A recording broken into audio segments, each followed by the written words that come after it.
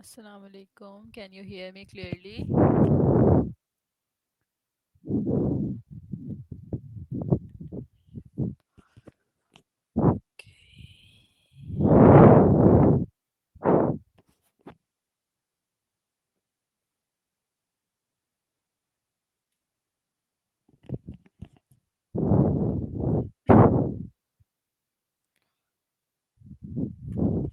Okay. So, how are you all? I hope you all are fine. I welcome you in Vivid Smart Learning.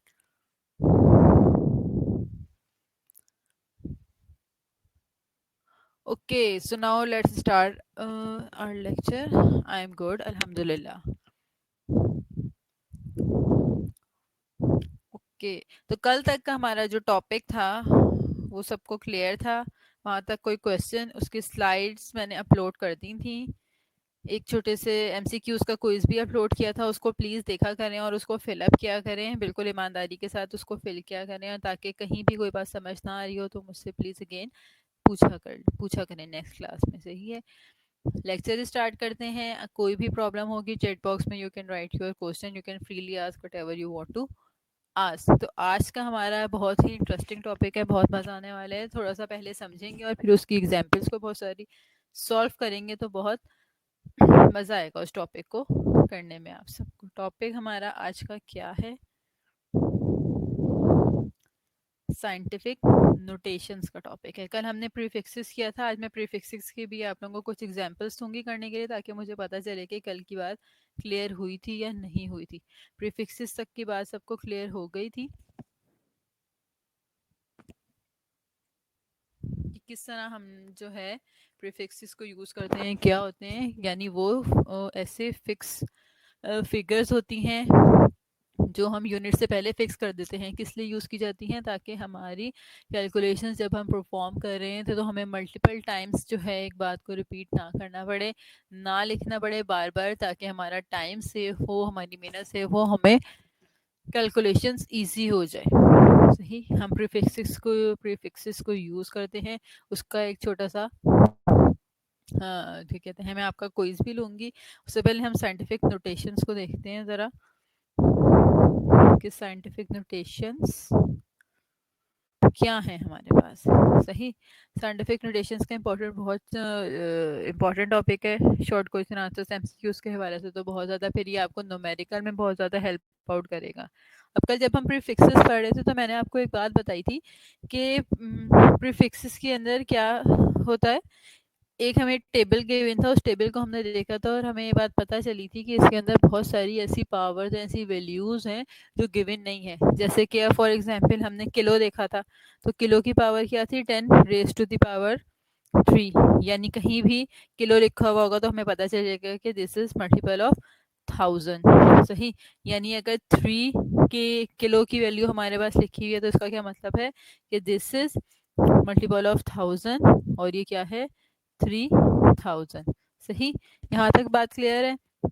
अब वो जो हमारे पास table table given था उसके अंदर हमने देखा था कि हमारे पास बहुत सारी ऐसी पावर्स थी, जिस तरह 10 रेज़ टू द पावर 6 उसके अंदर गिवन थी, जिसको हमने मेगा कहा था। लेकिन ऐसी बहुत सारी वैल्यूज़ थी जो उसके अंदर गिवन नहीं थी, और मैंने आपको ये बात बताई थी कि अगर वो वैल्यूज़ गिवन नहीं है तो डेट डजंट मीन कि we are neglecting these powers. सही, उनके लिए जो हम टर्म यूज़ करते हैं वो यूज़ करते हैं साइंटिफिक नोटेशंस। यानी ऐसे फिगर्स को सॉर्ट आउट करने के लिए हम क्या यूज़ करते हैं? Scientific notations.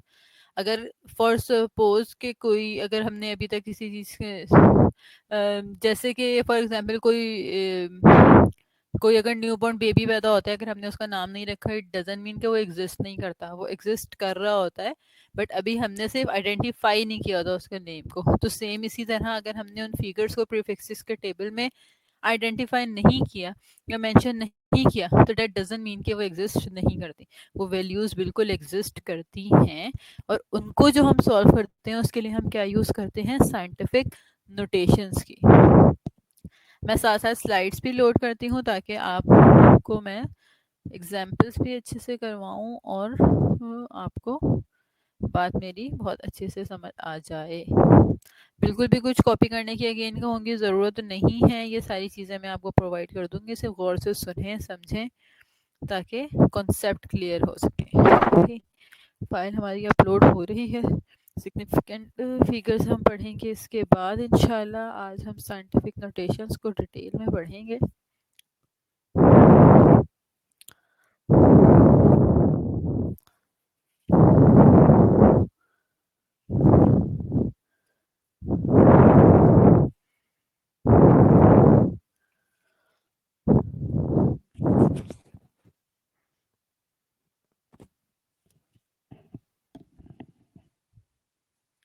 ओके, तो हमारा आज का टॉपिक है, लेक्चर नंबर हमारे पास 3 है। ये मैंने यहाँ गलत टाइप किया हुआ है तो मैं इसको ज़रा सही करके अपलोड करूँगी। This is our lecture number 3, scientific notations. What is scientific notation? सबसे पहले हम क्या देखेंगे, what is scientific notation? Scientific notation is a way of writing very large और वेरी स्मॉल नंबर्स। ऐसे ही हमने कुछ प्रीफिक्सेस में भी पढ़ा था कि व्हाट इज साइंटिफिक नोटेशन क्या होता है, कि this is a way, this is the system जो हमें किस चीज़ में हेल्प आउट करता है, राइटिंग में वेरी लार्ज और वेरी स्मॉल नंबर्स, यानी जो बहुत ज़्यादा लार्ज नंबर्स होते हैं। फॉर एग्जांपल अगर हमारे पास कोई ऐसा नंबर है, फॉर सपोज 6 0 0 0 चलते जा रहे हैं, फॉर सपोज ये 27 ज़ीरोज़ हैं या 28 ज़ीरोज़ हैं, तो हम इसको कैसे लिख सकते हैं, 6 इंटू 10⁻28। सही है।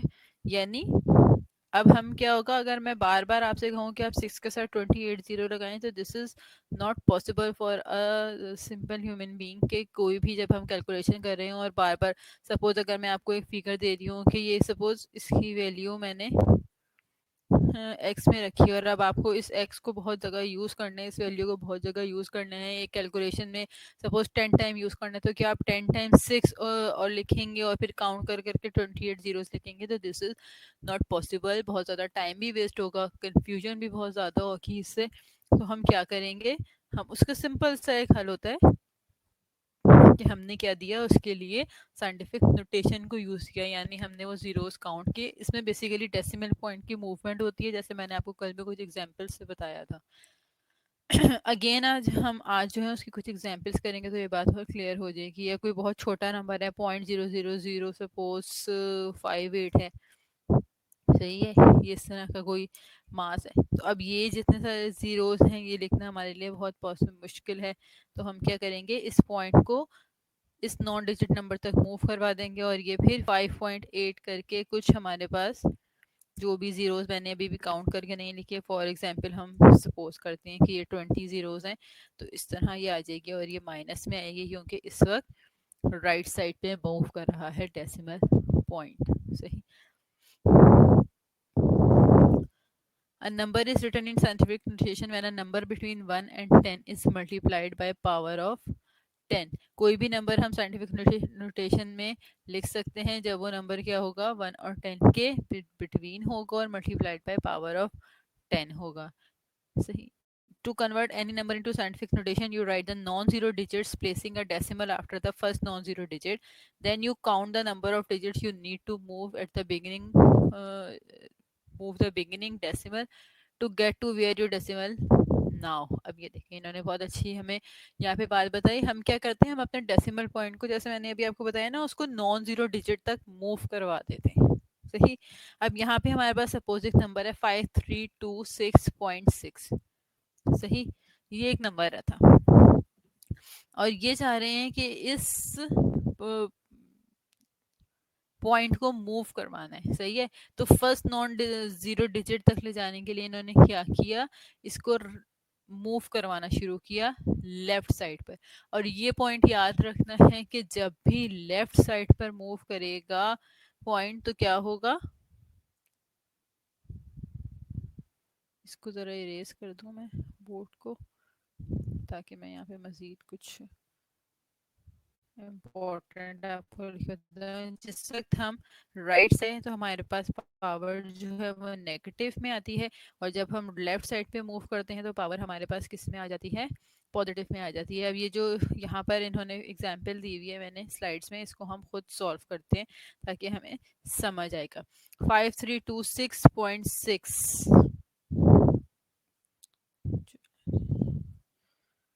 5326.6 ये हमारे पास एक नंबर है और हम चाह रहे हैं कि हम इसको साइंटिफिक नोटेशन में लिखें।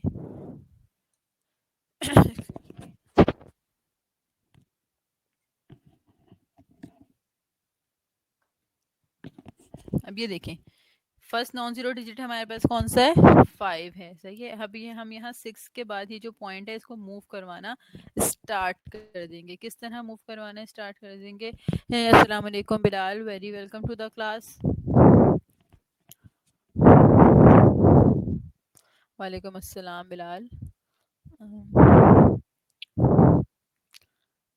बिलाल आपने प्रीफिक्सेस का लेक्चर लिया था, आपको प्रीफिक्सेस क्लियर हैं?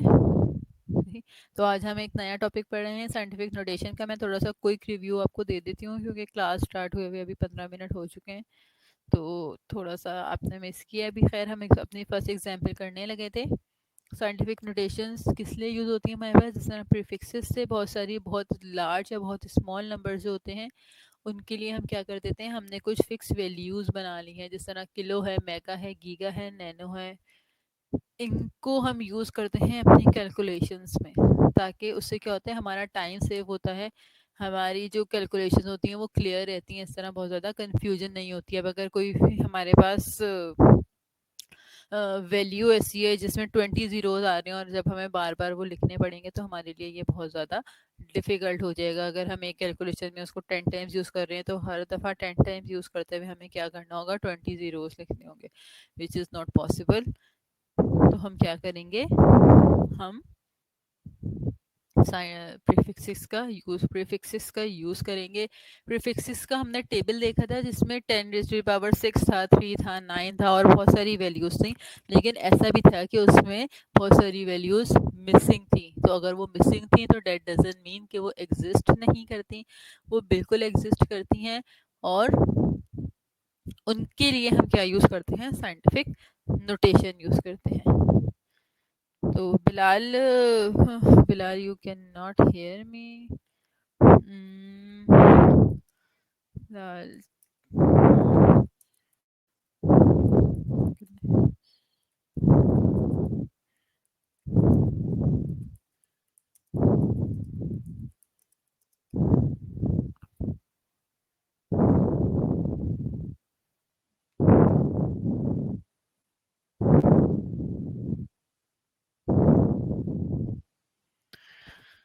सो अब हमें इसको 6 के बाद हमें 0 को मूव करवा रहे हैं, तो अब हम मूव करवाना स्टार्ट करेंगे। फर्स्ट नॉन ज़ीरो डिजिट हमारे पास कौन सा है, 5।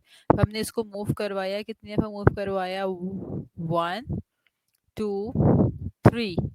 क्या हुआ, अब फर्स्ट नॉन ज़ीरो डिजिट था 5, हमने यहाँ तक मूव करवा दिया। अब कितनी मूवमेंट हुई इसकी, 3 मूवमेंट्स हो गई, सही है। तो अब हम इसको कैसे लिखेंगे, 5.3 देखें, यहाँ पर भी फर्स्ट नॉन ज़ीरो डिजिट तक ही आ गया। अब हम क्या लिख देंगे इसके आगे, मल्टीप्लाई बाय, बाकी नंबर सेम रहेगा, सही है, और multiply by 10 raise to the power 3। इस 10 रेज टू द पावर 3 का क्या मतलब है कि दिस इज मल्टीप्लायर ऑफ 1000, सही है। और हम इसको कैसे लिख सकते हैं, 5.326 into 10 raise to the power 3 की फॉर्म में, सही। The digit part is between 1 and 10। अब आप देखें जो नॉन ज़ीरो डिजिट है हमारे पास 5, साइंटिफिक नोटेशन के अंदर ये क्या है, नॉन ज़ीरो डिजिट है, और ये हमेशा क्या होगा, 1 और 10 के बिटवीन होगा, सही है। जब भी कोई सिंगल डिजिट होगा तो दिस इज वेरी ऑब्वियस, और कॉमन सेंस भी अगर हम यूज़ करेंगे तो हमें पता चलेगा कि ऑफ कोर्स वो 1 और 10 के बिटवीन ही होगा, सही है। It can be 1 but never 10। 10 होगा तो वो 2 डिजिट्स हो जाएंगे, सही है। तो 1 2 3 4 5 6 7 8 9, यहाँ तक जो होगा, जो डिजिटल डिजिट वाला पार्ट होगा वो हमारा 1 और 10 के बीच में होगा। वो 1 भी हो सकता है क्योंकि 1 is itself a single digit, but वो कभी भी 10 नहीं होगा। यहाँ तक बात क्लियर है? बिल्कुल बात समझ आई? कोई भी कुछ क्वेश्चन है तो you can ask me. Okay, the power word show exactly how many places to move the decimal point. अब जैसे अभी हमने काउंट किया था, जब हमने मूव करवाया है लेफ्ट साइड पर पॉइंट को, तो क्या हमने काउंट किया कितने दफा हमने मूव करवाया, जितनी दफा डेसिमल पॉइंट मूव करेगा फर्स्ट नॉन जीरो डिजिट तक, उस उस काउंटिंग जो वो जो काउंट हमारे पास जो डिजिट आएगा ना, उसको हम यूज करेंगे एज अ पावर ऑफ 10। सही है, क्योंकि वही फिर आगे उसका मल्टीपल बनेगा। जिस तरह यहाँ पर हमने डेसिमल पॉइंट को कितने पॉइंट्स तक मूव किया था, 3 पोजीशंस पे मूव किया था, यानी 6 से मूव करवाया 2 पर, 6 के बाद एक मूव हुआ, देन 2 के आगे आया, 2 के बाद एक मूव हुआ, देन 3 पर एक मूव हुआ और वो 5 तक आया। तो 3 मूव्स हुए, तो हमने 10 की पावर क्या दी? 3 दी। सही है।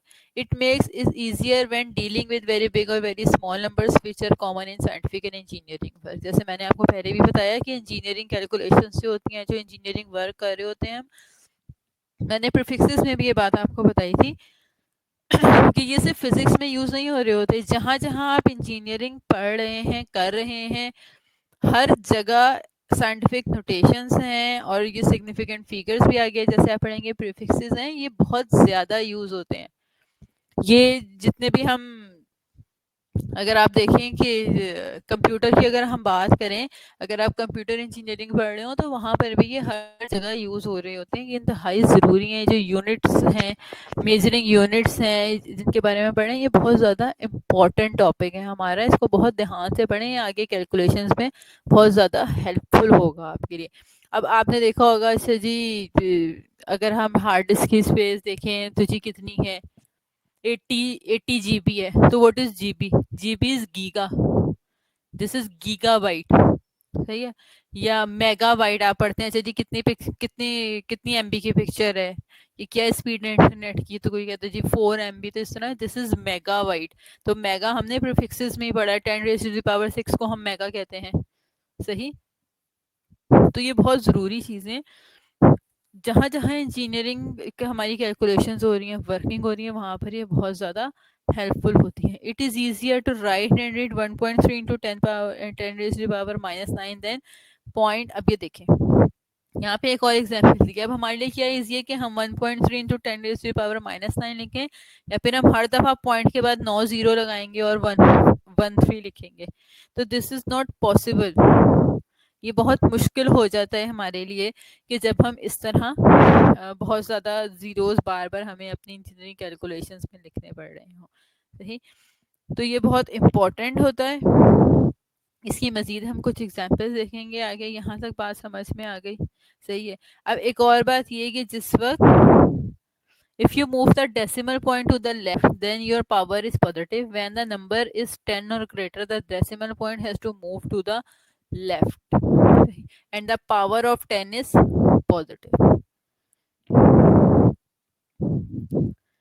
ये अगेन वही बात, मैंने आपको पहले भी ये बात बताई है कि जिस वक्त क्या होगा, हम लेफ्ट साइड पे पॉइंट को मूव करवा रहे होंगे तो क्या होगा, हमारी जो 10 की जो पावर होगी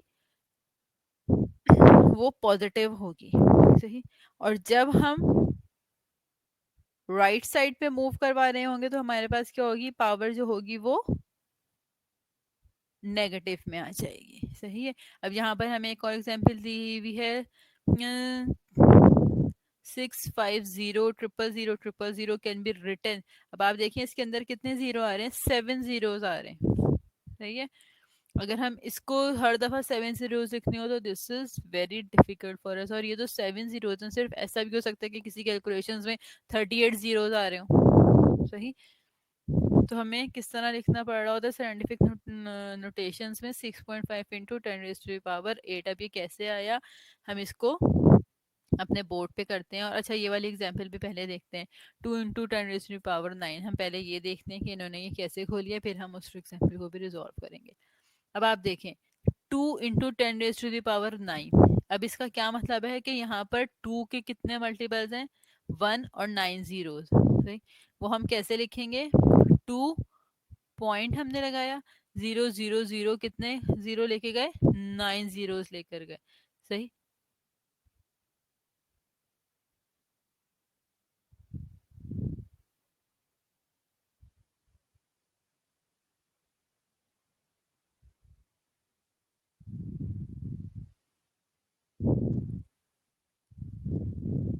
एक्सक्यूज मी।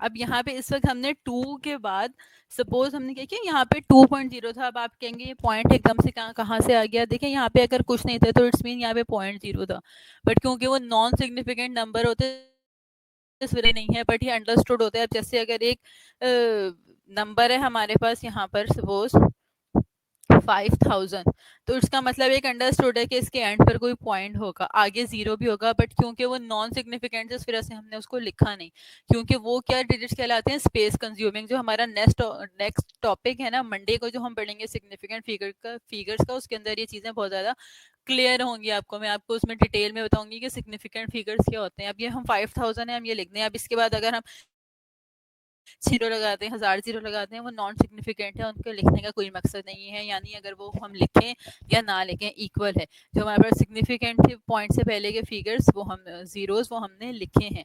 अब इस तरह वहां पे क्या है हमारे पास एग्जाम्पल, 2 × 10⁻⁹ तो हमने इसको कैसे लिखना है, देखें, 2 × 10⁻⁹ तो क्या अब यहाँ पे अगर 2 लिखा है तो यहाँ पे अंडरस्टूड है कि यहाँ पे ये 2.0 की वैल्यू सिग्निफिकेंट है, इस वजह से हमने यहाँ पर उसको लिखा हुआ नहीं था, सही है। अब क्या 9 अप टू 9 प्लेसेस तक हमें डेसिमल पॉइंट को मूव करना है। यानी हमारे पास क्या फिगर आ जाएगी, 1 8 2 और मल्टीपल कितने जीरो लग जाएंगे, 1 2 3 4 5 6 7 8 9, सही। यहाँ तक ये बात क्लियर हुई। पॉजिटिव पॉजिटिव पावर थी तो हमने किस जगह मूव करवाया पॉइंट को, जीरो लगाए, राइट साइड पे लगाए, यानी कहीं हमने डेसिमल को मूव किया था जिसकी वजह से हमारे पास पॉजिटिव पावर आई थी, सही। हमारे पास एक और एग्जाम्पल है, 65 और ये क्या है, 0 ओह, ये तो काफी हमारे पास एक बहुत बड़ी सी फिगर आ रही है। इसको हमने कैसे लिखा, 6.5 इंटू 10⁻⁸ यानी इसमें भी अगेन क्या किया हमने, लेफ्ट साइड पे पॉइंट को मूव करवाया है। ये बेसिकली कहाँ पर था हमारे पास, पॉइंट कहाँ पर था, यहाँ पर था, इस जगह कैन से पहले ही, जहां मैंने एक ये 0 पॉइंट हमने यहाँ से मूव करवाया इसको, 1 2 3 4 5 6 7 8, तो हमारे पास क्या वैल्यू आ गई, 6.5 इंटू 10⁻⁸ सही। अब जब हमें इसको खोलना होगा तो हम क्या करेंगे, सिंपल यहाँ पर इस पॉइंट को हम मूव करवाना स्टार्ट कर देंगे। कितनी प्लेसेस तक मूव करवाएंगे, 6.5। अब हम इसको जब मूव करवाएंगे, हम सपोज हम मूव करवा रहे हैं तो उसकी जगह हम जीरो लगाते जाएंगे। कितने टाइम, 1 2 3 4 5 6 7 8, ठीक है। सही, यहाँ तक बात क्लियर हुई? 1 2 3 4 5 6 7 8, अच्छा इसमें एक ज़ीरो कम होगा, सही, ये मैं वही कह रही थी, एक ज़ीरो ज़्यादा लगा है। 1 2 3 4 5 6 7 8, सही, यहाँ तक बात क्लियर हो गई, समझ आ गई? कोई क्वेश्चन है यहाँ तक तो you can ask me. Okay.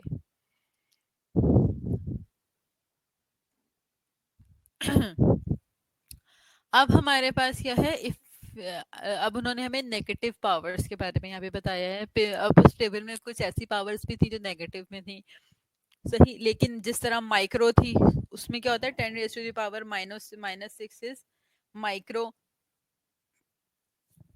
But क्या था कि उसको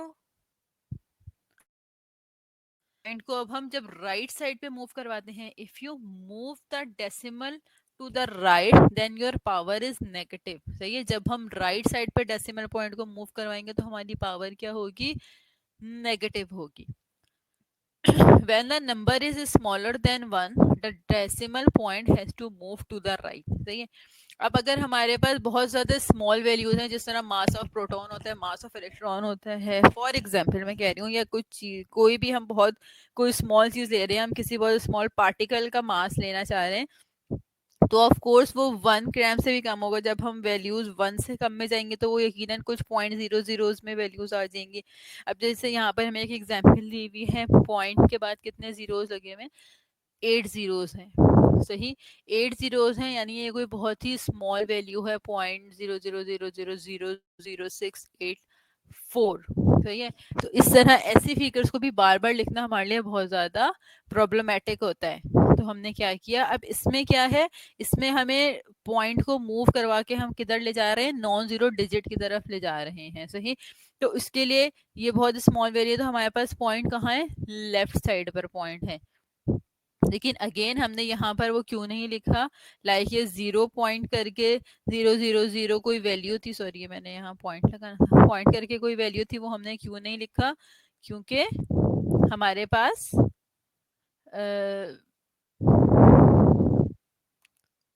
ओ माय गॉड, इसको कहाँ से मूव करवाना,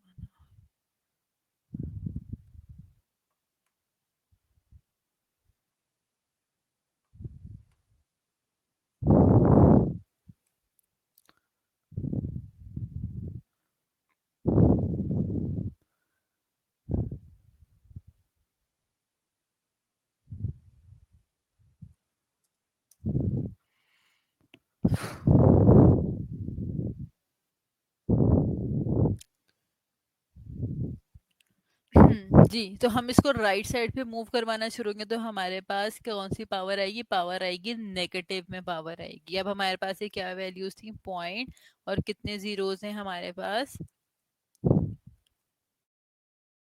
5 6 7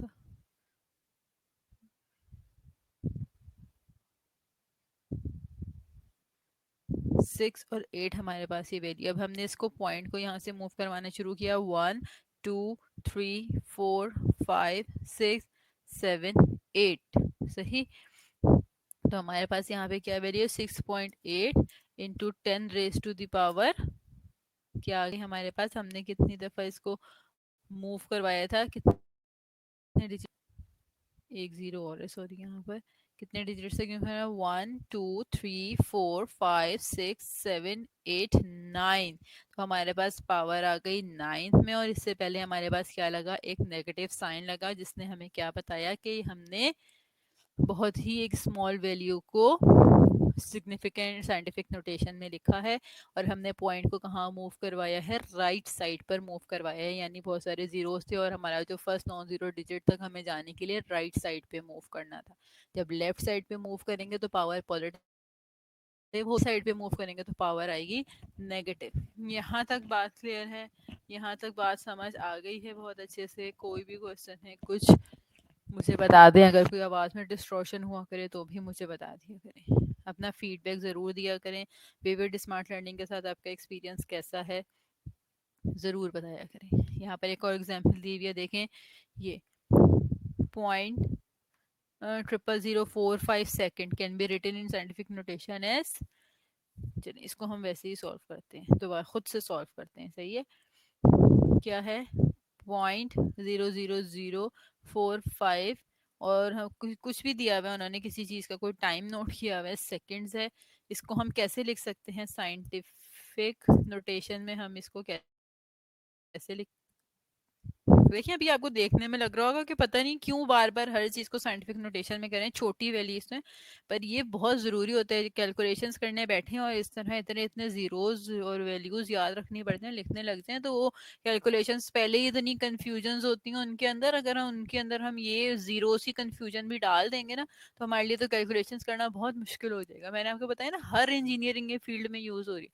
आप मेटलर्जिकल में जा रहे हो, आप हार्डवेयर में जा रहे हो, आप किसी भी फील्ड में जा रहे हो, मतलब अगर आप हार्डवेयर में जाते हो, आप ऑटो कैड पढ़ते हो, आप माइक्रो प्रोसेसर्स पढ़ते हो, हार्ड डिस्क पढ़ रहे हो, फ्लॉपी, कुछ फ्लॉपी तो खैर डिस्क पढ़ रहे हैं, कुछ भी पढ़ रहे हैं, कहीं भी स्टोरेज है, हर जगह इनका बहुत ज़्यादा यूज़ हो रहा है।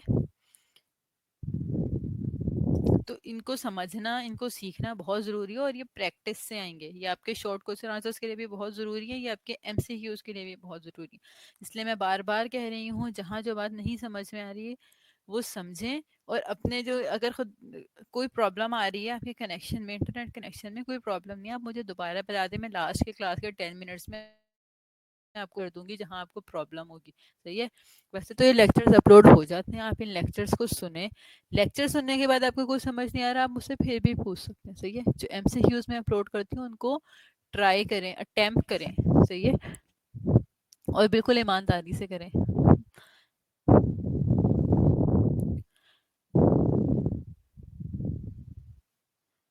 ओके, अब ये हम मूव करवाएंगे किस तरह, राइट साइड पे मूव करवाना शुरू करेंगे जब तो पावर क्या नेगेटिव में आएगी। अब हमने मूव करवाया 1 2 3 4, सही। हमने फर्स्ट नॉन जीरो डिजिट हमारे पास 4 था, हमने वहां तक मूव करवाया, 4 के बाद यहाँ पॉइंट आ गया, then 5 into 10 raise to the power क्या आ गई 4, और नेगेटिव साइन हमारे पास क्यों आएगा, क्योंकि हमने इसको मूव करवाया है राइट साइड पर, सही।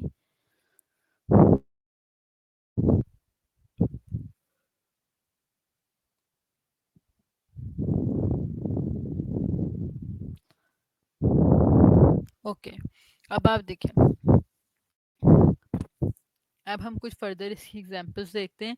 अच्छा, अब ये हमारा जो ना चैप्टर, अब ये नेक्स्ट जो हमारा टॉपिक होगा सिग्निफिकेंट फिगर्स का होगा, और उसके बाद हम इसके न्यूमेरिकल्स करेंगे, तो हमारा ये चैप्टर नंबर 1 इंशाल्लाह ताला कंप्लीट हो जाएगा, सही है।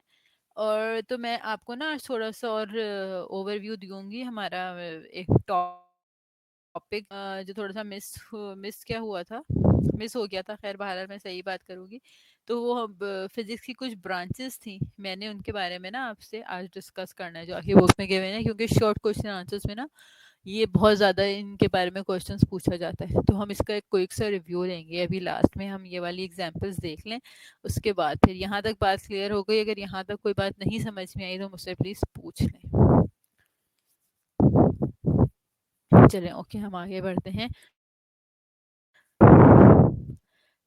अब ये है साइंटिफिक नोटेशंस टू नंबर्स, सही है। अब ज़रूरी नहीं कि आपके पास सिर्फ नंबर गिवन हो आपको साइंटिफिक नोटेशंस में करने के लिए दें, साइंटिफिक नोटेशंस गिवन हो, मतलब अगर आपके कॉन्सेप्ट क्लियर होंगे ना, तो चाहे वो आपको साइंटिफिक नोटेशंस दे दें नंबर में करने के लिए, आपको फिर भी समझ आ जाएगी, और अगर वो आपको नंबर्स को दे दें साइंटिफिक नोटेशंस में करने के लिए, आप फिर भी उसको ईजिली कर सकते हैं। बस बेसिक पॉइंट्स उसके याद रखने हैं कि हमें कहाँ तक डेसिमल पॉइंट को मूव करना है, फर्स्ट नॉन जीरो डिजिट तक मूव करवाना है। जब लेफ्ट पे मूव करवाएंगे तो पावर पॉजिटिव होगी, राइट पे मूव करवाएंगे तो पावर क्या होगी, नेगेटिव हो जाएगी। ये ऑपोजिट वाइस वर्सा वाली बात है, इसको याद रखनी है। अब इन्होंने हमें क्या नंबर दिया हुआ है, 7.74521 into 10 raise to the power 5, यानी इन्होंने, अब हमें 10 रेज टू द पावर 5 है, पहली बात तो हमें क्या पता चली कि डेसिमल पॉइंट जो है कहाँ मूव करवाया हुआ है इन लोगों ने, लेफ्ट साइड पे मूव करवाया हुआ है, क्योंकि लेफ्ट पे मूव किया था, इस वजह से पावर हमारे पास पॉजिटिव में। अब उन्होंने मूव लेफ्ट में किया था, जब हम इसको नंबर में कन्वर्ट करेंगे तो जाहिर है हमें उसको राइट साइड पे लेके जाना पड़ेगा, क्योंकि कहीं वो राइट पर था जिसकी वजह से वो लोग उसको लेफ्ट पे लेके गए थे ना। मजीद लेफ्ट में लेके जाएंगे तो वैल्यू और बड़ी होती जाएगी। सही। तो अब हम उसको कैसे मूव करवाएंगे, ये देखें।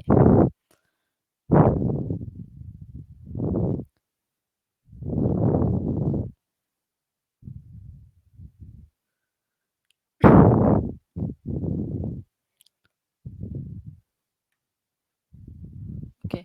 अच्छा, अब ये देखें, ये पॉइंट है हमारे पास 7 के बाद 1, ऊपर से देखते हैं ये pen, 1 2 3 4 5।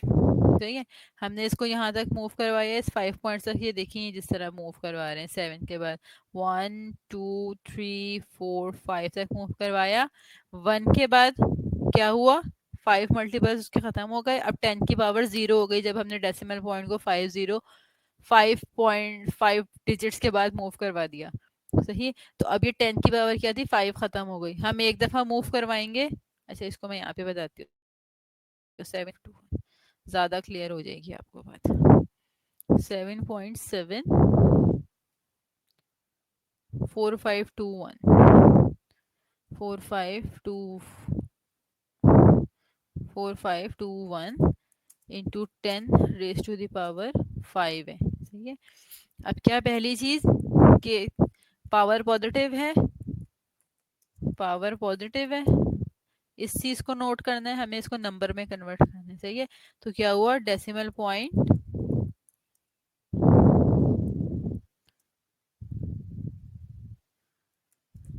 Move to the left side.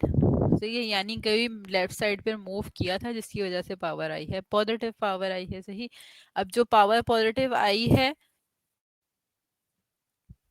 अब जब हमें इसको नंबर में कन्वर्ट करना है तो क्या हमें डेसिमल पॉइंट को to convert in number we have to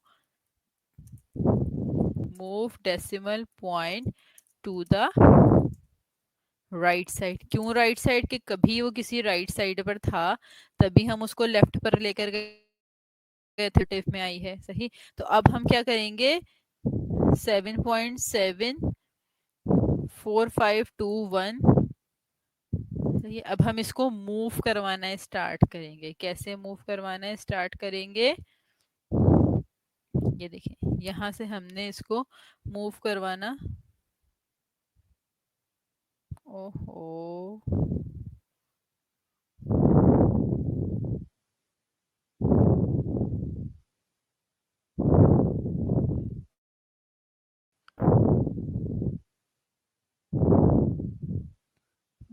क्या प्रॉब्लम, कुछ अच्छा अच्छा अच्छा, कुछ प्रॉब्लम हो रही है। चले हम वैसे ही कर लेते हैं, कोई बात नहीं। अब हम क्या करेंगे, इसको मूव करवाएंगे। अब हमें पता चल रहा है कि यहाँ पर 10 raised to the power 5 है, तो हमें इसको 5 टाइम मूव करवाना है। अब हमने मूव करवाया, सपोज अभी हम पहले 2 दफा मूव करवाते हैं। सही है। 7 के बाद हमने इसको यहाँ मूव करवा दिया, पॉइंट यहाँ आ गया। सही है। अब इसकी पावर 5 थी, हमने एक दफा मूव करवा दिया, तो हमारे पास क्या बन गई वैल्यू, 77.4521। और हमारे पास यहाँ पर अब क्या हुआ, जब हमने एक दफा मूव करवा दिया तो 10 की पावर हमारे पास क्या हो गई, 4 हो गई। सही है। अब क्या हुआ, हमने इसको एक और दफा मूव करवा दिया, 4 के बाद मूव करवा दिया, तो अब हमारे पास क्या वैल्यू हो गई,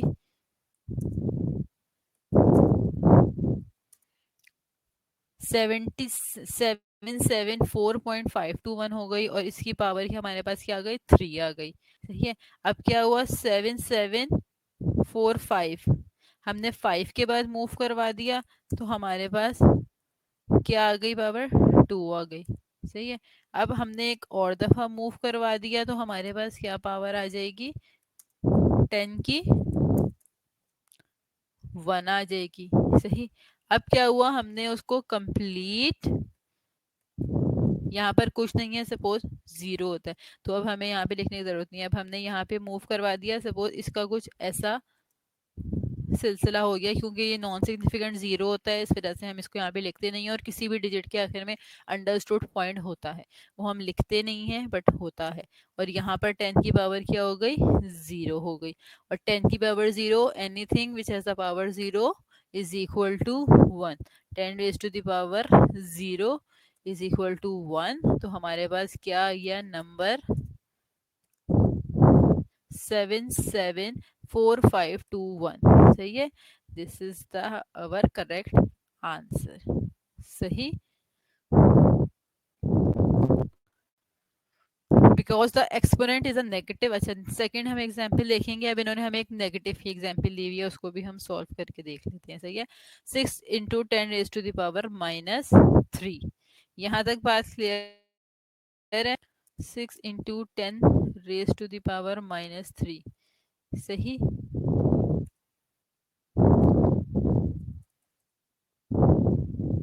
अब क्या है, इसमें हमें कन्वर्ट करना है नंबर को। अब हमारे पास क्या है, पावर किस में है, पावर इज नेगेटिव। क्यों नेगेटिव में है, क्योंकि कहीं डेसिमल पॉइंट कहाँ मूव किया था,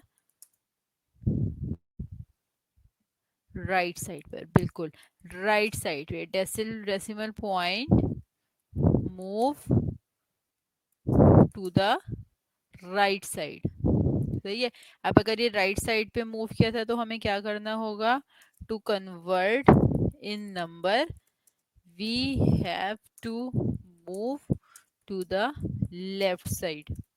सही। अब हम कहाँ मूव करवाएंगे डेसिमल पॉइंट को, लेफ्ट साइड पे मूव करवाएंगे, क्योंकि वो कहीं लेफ्ट पर था जिसकी वजह से हम उसको राइट पर लेकर आए थे। अब देखें, अब इस वक्त हमारे पास क्या है, 6 into 10 raise to the power minus, अभी बल्कि वैसे नहीं, -3 है। सही है।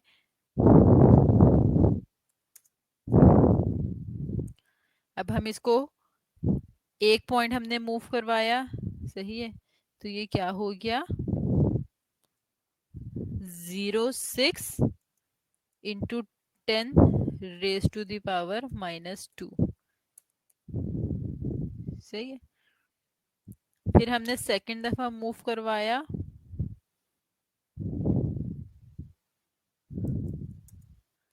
तो हमारे पास क्या आ गई,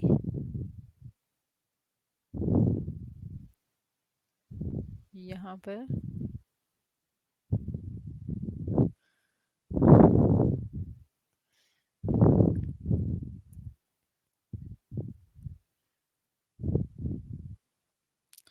10 रेज टू द पावर -1। सही है। फिर हमने इसको फर्दर मूव करवाया, तो हमारे पास क्या आ गई, value 0.006 into 10 raise to the power -0, मतलब -0 कुछ भी हो, तो हमारे पास क्या नंबर बन गया, 0.006। ठीक है, तो ये है हमारा करेक्ट आंसर। यहाँ तक बात बिल्कुल क्लियर हो गई।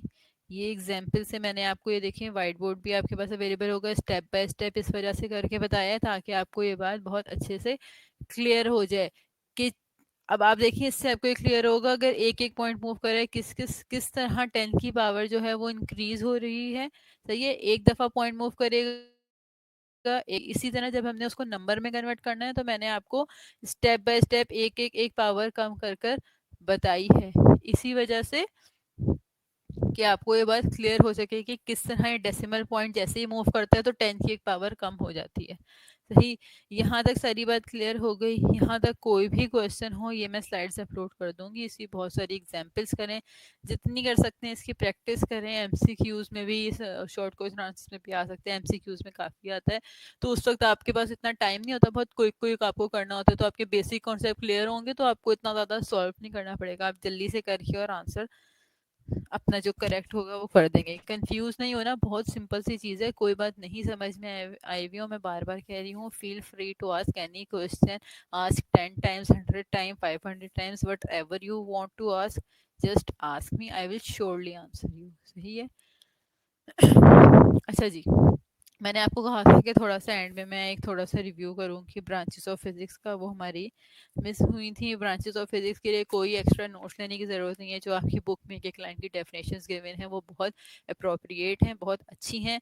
मैं भी आपको उन्हीं से पढ़ा रही हूँ और आप भी उन्हीं को यूज़ कीजिएगा। सही है? फिज़िक्स की इम्पोर्टेंस भी इसमें से थोड़ी-सी हम डिस्कस कर लेंगे। सही? ये व्हाइट बोर्ड मैं यहाँ से इरेज़ नहीं कर रही, ये आपके काम आएगा बाद में। सही। इम्पोर्टेंस ऑफ फिजिक्स की, फिजिक्स की इम्पोर्टेंस बहुत ज़्यादा है, हर जगह फिजिक्स यूज़ हो रही है। आप देख लें, मतलब अब खाना गर्म करना है जी, माइक्रोवेव ऑन किया और खाना गर्म कर लिया। पानी ठंडा चाहिए जी, डिस्पेंसर ऑन किया, पानी ठंडा चाहिए जी, फ्रिज में रख दो। चीज़ ख़राब हो रही है, फ्रिज में रख दो। इन सारों के जो बेसिक प्रिंसिपल्स हैं ना, वो किस पे वर्क कर रहे हैं? फिजिक्स पे वर्क कर रहे हैं। जब फिजिक्स पढ़ रहे होते हैं ना, तो हमें गुस्सा आ रहा होता है, भाई मतलब क्यों भाई, क्यों सोचा, क्यों सेब गिरा? हम भी ये सोचते थे, पढ़ते थे, लेकिन इसने हमारी लाइफ को इतना इजी कर दिया है, फिजिक्स ने कर दी है। सही है?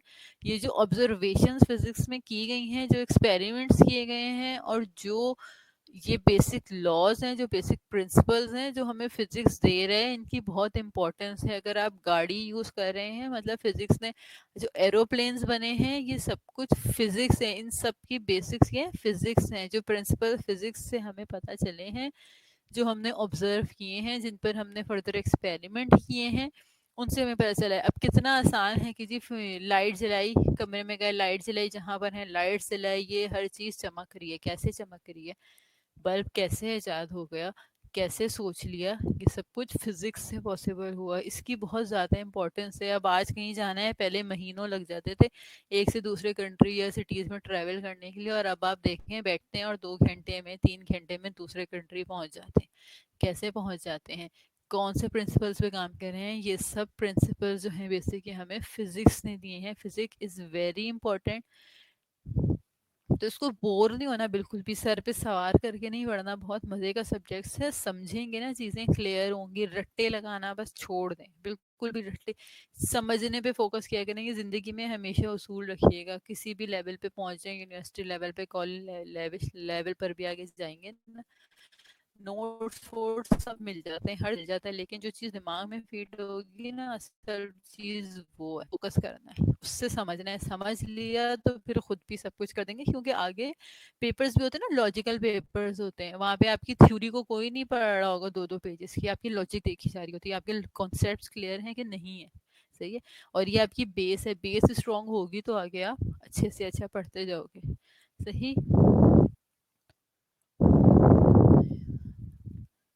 अच्छा अच्छा, यहाँ पे जो आपकी बुक में गिवन है, 9 बेसिक ब्रांचेस आपकी फिजिक्स की गिवन है।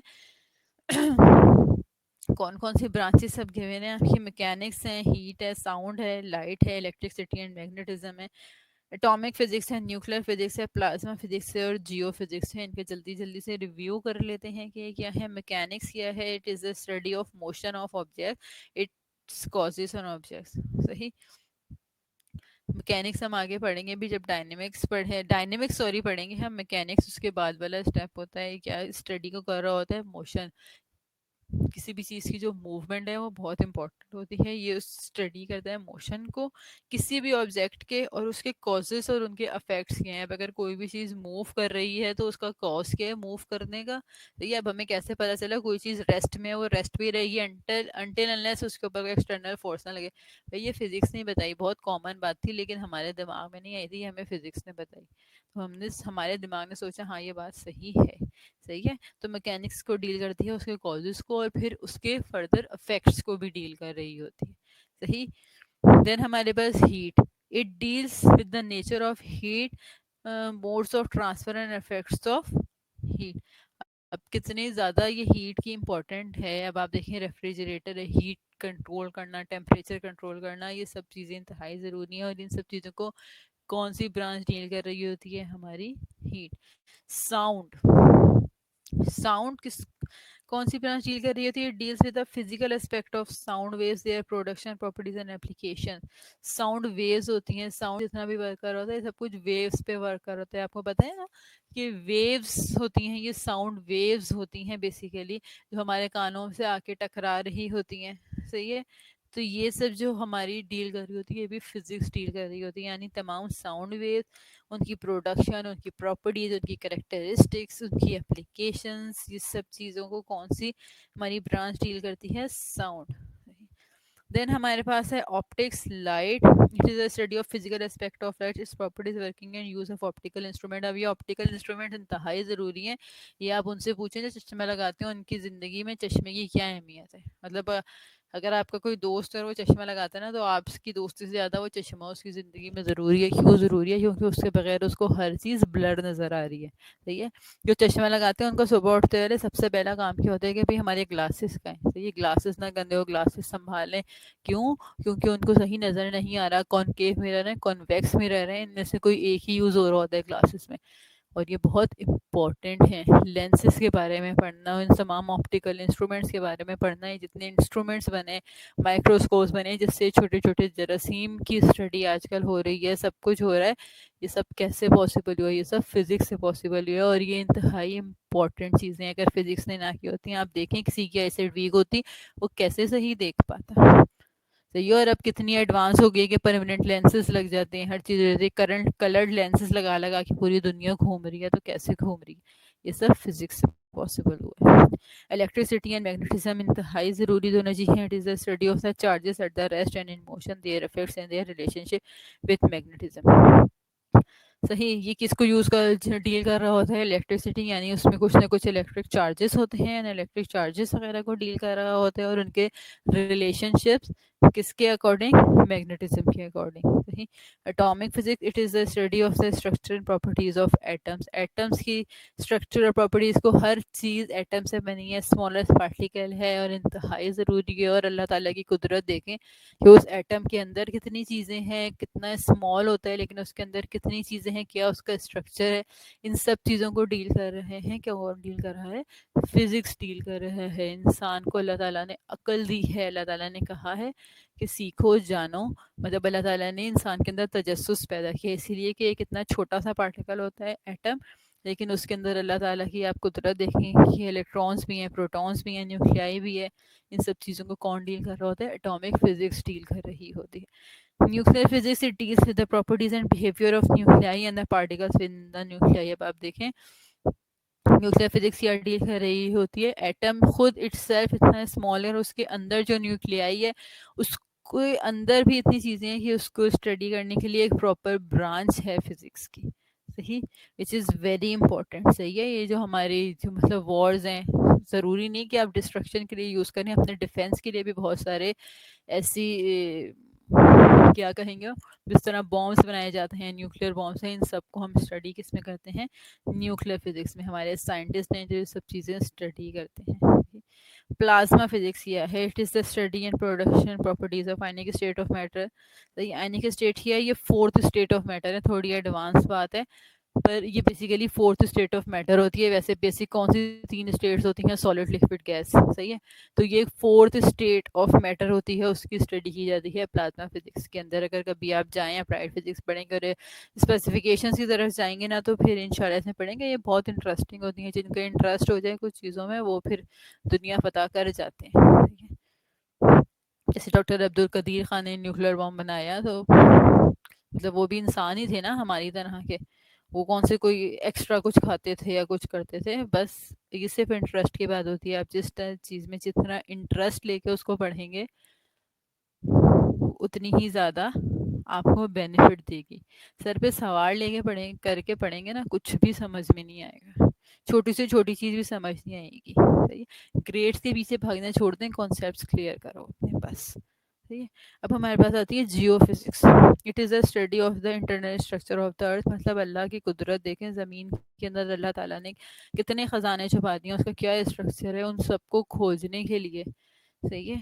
उन सबको जानने के लिए हम कौन सी फिजिक्स की ब्रांच पढ़ते हैं? जियो फिजिक्स, जिसको हम जियोलॉजी कहते हैं ना बेसिकली। इस सब में हम स्ट्रक्चर ऑफ अर्थ पढ़ रहे होते हैं। सही है। ज़मीन के अंदर का पढ़ रहे होते हैं। जियोलॉजी में हम स्ट्रक्चर ऑफ अर्थ भी पढ़ रहे होते हैं। सही है। यानी अर्थ पे क्या-क्या है, कैसे अच्छा रह गया है। तो ये यहाँ तक कोई बात किसी को ना समझ में आई हो, ये स्लाइड्स में आपके लिए अपलोड कर दूँगी। इनकी ज़्यादा से ज़्यादा एग्ज़ाम्पल्स को करें, मैं क्विज़ में इंशाल्लाह इसकी एग्ज़ाम्पल्स दूँगी साइंटिफिक नोटेशंस की, जो आप लोगों को करनी होगी। इसकी प्रैक्टिस करें अच्छे से, अपना फीडबैक ज़रूर दे दें कि आपको कैसा है आपका एक्सपीरियंस विविड स्मार्ट लर्निंग के साथ पढ़ने का, because we would love to have your feedback for our betterment, for our improvement. Monday को इंशाल्लाह आपसे मुलाकात होगी। जब तक take good care of yourself from my side. अल्लाह हाफ़िज़।